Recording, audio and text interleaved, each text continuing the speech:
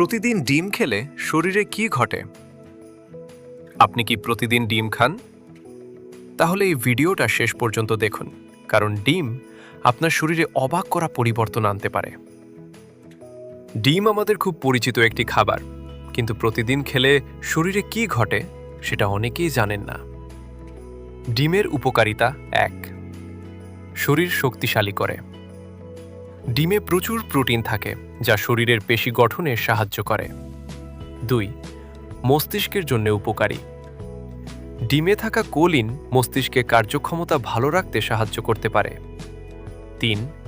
চোখ ভালো রাখতে সাহায্য করে। ডিমে থাকা কিছু উপাদান চোখের স্বাস্থ্যের জন্য উপকারী। ৪. শক্তি বাড়ায়। সকালে ডিম খেলে অনেকক্ষণ এনার্জি অনুভব হতে পারে। অতিরিক্ত ডিমের ক্ষতি ১. কোলেস্টেরল সমস্যা। অতিরিক্ত ডিম খেলে কিছু মানুষের কোলেস্টেরল বেড়ে যেতে পারে। ২. হজমের সমস্যা।